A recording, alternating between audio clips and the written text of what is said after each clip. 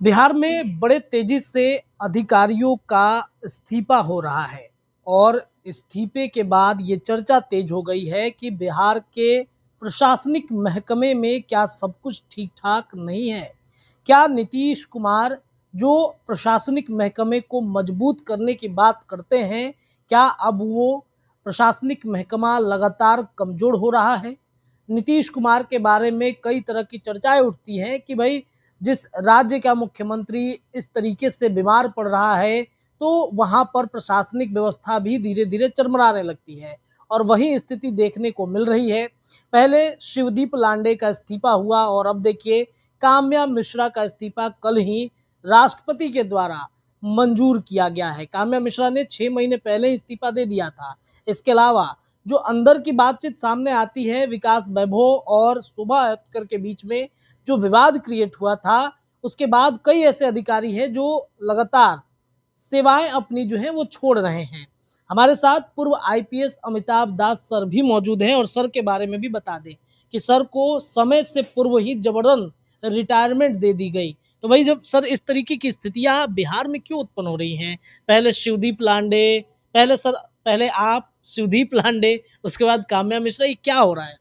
ये क्या हो रहा है? ये सब देखिए, मैं दर्शकों को बताता हूँ। अभी गर्मा गर्म खबर ये है कि आईपीएस अधिकारी श्रीमती काम्या मिश्रा का इस्तीफा राष्ट्रपति महोदया ने मंजूर कर लिया है और केंद्रीय गृह मंत्रालय जो है उसने अधिसूचना भी जारी कर दी है।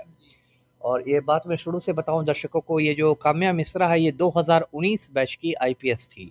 मतलब मुश्किल से इसने 5 साल नौकरी की, युवा थी और बहुत कम समय से नौकरी की। और मूल रूप से ये उड़ीसा की रहने वाली है। मयूरभंज एक जिला है उड़ीसा में, वहाँ की रहने वाली है।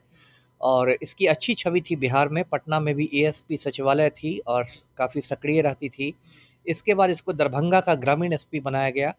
और पिछले साल दर्शकों को याद होगा, दरभंगा में हत्या हुई थी मुकेश साहनी के पिता जीतन साहनी की।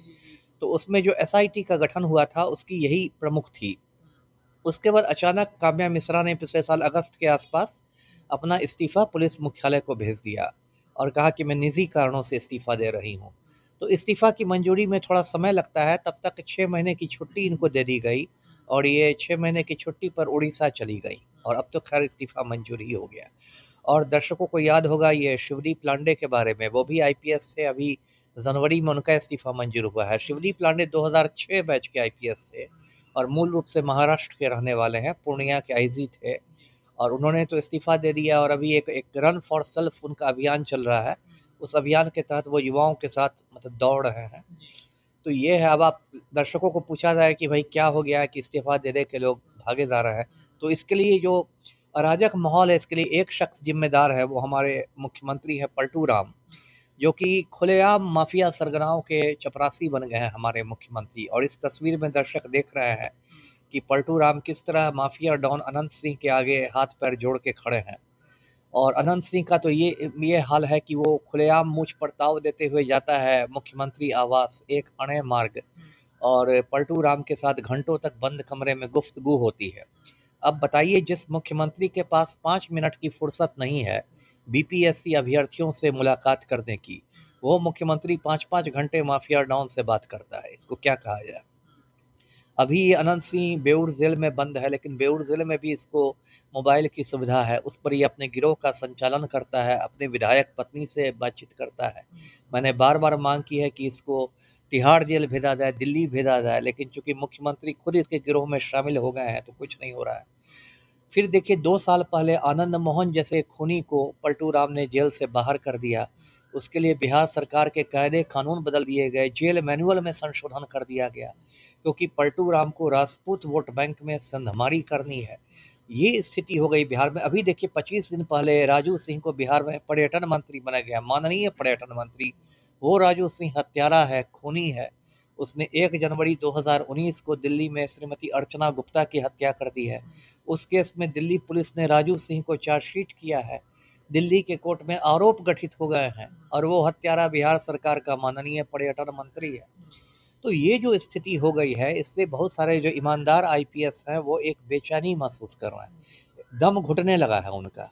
और उसी की वजह से लांडे ने इस्तीफा दे दिया, काम्या ने दे दिया। और मुझे तो खबर है कि चुनाव आते आते 1 दर्जन 1 दर्जन और आईपीएस इस्तीफा देके चले जाएंगे। 1 दर्जन? 1 दर्जन। क्यों सर, क्या हो गया? यही माहौल। मुझे फोन पर लोग कहते रहते हैं, एसपी लोग, डीआईजी लोग, आईजी लोग, कि सर बहुत खराब स्थिति है फील्ड में, किसी बड़े क्रिमिनल पर हाथ डालिए तुरंत मुख्यमंत्री आवास से फोन आ जाएगा, मुख्यमंत्री सचिवालय से फोन आ जाएगा, बहुत खराब स्थिति है। सर ये तो नीतीश कुमार के बारे में चर्चा है कि क्रिमिनलों को बख्शते नहीं है, अचानक से ये पुलिस महकमे में क्रिमिनल को बचाने की बातचीत कहाँ से? नहीं, ये चर्चा तो पता नहीं कहाँ से उठी, नीतीश के चमचों का कहना होगा। मैंने जो उदाहरण दिए क्या है, यदि बख्शते नहीं है तो ये सब क्या हो रहा है? आनंद मोहन को मैंने थोड़े रिहा किया है, पलटू राम ने रिहा किया है।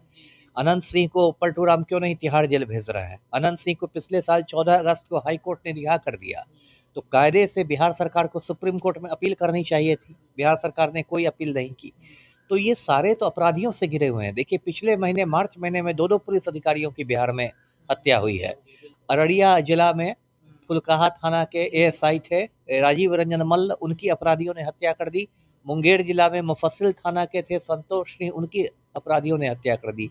1 महीने में 2 पुलिस अधिकारियों की हत्या होगी और मुख्यमंत्री माफिया सरगनाओं के साथ बैठे रहेंगे। एक सरकार में ही श्रीमती लेसी सिंह मंत्री है, वो बाकायदा पूर्णिया में अपना गिरोह चलाती है। लेसी सिंह का पति बूटन सिंह खूंखार क्रिमिनल था, बाद में उसकी हत्या कर दी गई। अब उसके गिरोह की कमान लेसी सिंह के हाथ में है, जो मिनिस्टर है बिहार में। तो पूरा माफिया राज है बिहार में, इसलिए ईमानदार आईपीएस अफसरों ने इस्तीफा देना शुरू कर दिया है। बहुत ये मतलब चिंता की बात है। सर कल संपत्ति का ब्यौरा लोगों ने जारी किया, पता चला कि मुख्यमंत्री नीतीश कुमार से ज्यादा अमीर उनके अधिकारी। देखिए संपत्ति का ब्यौरा तो बहुत, एक मैं क्या कहूँ, मजाक है, उसका कोई मतलब नहीं है। क्योंकि मैंने देखा है कि जो असली भ्रष्ट अधिकारी लोग रहते ना, लुटेरे सब, वो सब तो कोई संपत्ति अपने नाम रखते ही नहीं है। वो लोग तो बेनामी संपत्ति रखते हैं, करोड़ों की बेनामी संपत्ति रखेंगे, और जब अपनी संपत्ति का ब्यौरा देंगे तो कहेंगे कि बस 5,000 रुपया मेरे अकाउंट में है। लगता है कि इनको गरीबी रेखा से नीचे ही घोषित कर दिया जाए, इंदिरा आवास भी बनवा दिया जाए इनके लिए। तो ये बिल्कुल मजाक हो गया है। कोई सीनियर अफसर कहेगा मेरे पास तो गाड़ी ही नहीं है, तो कोई यही कहेगा भाई क्या मजाक है भाई, जबकि सबको पता है कि आप तो बहुत बड़े लुटेरे हैं, आप तो बहुत बड़े डकैत हैं। तो उनका तो एक मतलब नोएडा में उनके 10 फ्लैट हैं, लेकिन सब बेनामी। गुड़गांव में 15 फ्लैट हैं, सब बेनामी। कहीं पर फार्म हाउस है, कहीं पर होटल भी बन गया है ना। मतलब करोड़ों करोड़ की उन्होंने, सिंगापुर में भी निवेश है ना, हांगकांग में भी निवेश है। 1,000 करोड़ की बेनामी संपत्ति है। सरकार को बताएंगे कि हमारे अकाउंट में तो भाई 5,000 है, हमारे अकाउंट में तो 2,000 रह गया है ना। तो वो सब संपत्ति का विवरण तो बिल्कुल मजाक है। इस सिस्टम को ही खत्म करना चाहिए, क्योंकि इसमें असली भ्रष्ट को आप पकड़ ही नहीं सकते। एक ऐसे ही एक सरकार ने बना दिया है, पता नहीं क्यों। जी चलिए सर, बहुत बहुत शुक्रिया। देखिए सर ने एक बड़ा दावा जो है वो ये किया कि भाई कई जो आईएएस अधिकारी हैं वो अब अपना जो सेवा है वो छोड़ना चाहते हैं, क्योंकि बिहार में एक बार फिर से अपराधियों का बोलबाला शुरू हो गया है और सरकार अपराधियों को संरक्षित कर रही है। ऐसी बातें पुलिस महकमे में उठ के आ रही है सामने, जैसा कि अधिकारी बताते हैं। तो क्या ये स्थितियां बिल्कुल बिहार में बदलती चली गई? जो जनता दल यूनाइटेड ये आरोप लालू प्रसाद यादव पर लगाकर अपने वापसी सत्ता की कि भाई हमने जंगल राज को हटाया है, क्या फिर से नीतीश कुमार के राज में जंगल राज बढ़ते चला जा रहा है? आपकी क्या राय है? अपनी राय कमेंट में आप रख सकते हैं। फिलहाल के लिए इतना ही। बहुत बहुत धन्यवाद।